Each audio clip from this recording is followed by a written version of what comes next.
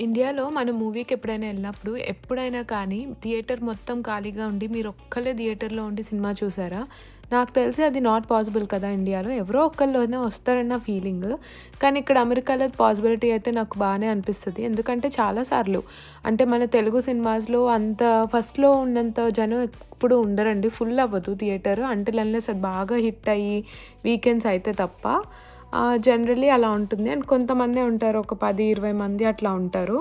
And ఒకవేళ ఆ cinema flop అయిందనుకోండి, అది వీక్ డేస్ రోజైతే మొత్తం ఖాళీ. బేసిక్‌గా అది వీక్ డే ట్యూస్‌డేస్ అనమాట. ట్యూస్‌డే రోజు పిల్లలకి హాలిడే ఉండే. సో, ఆ రోజు థియేటర్‌లో ఆల్మోస్ట్ కాస్ట్ కూడా హాఫ్ ప్రైస్‌కొస్తది టికెట్.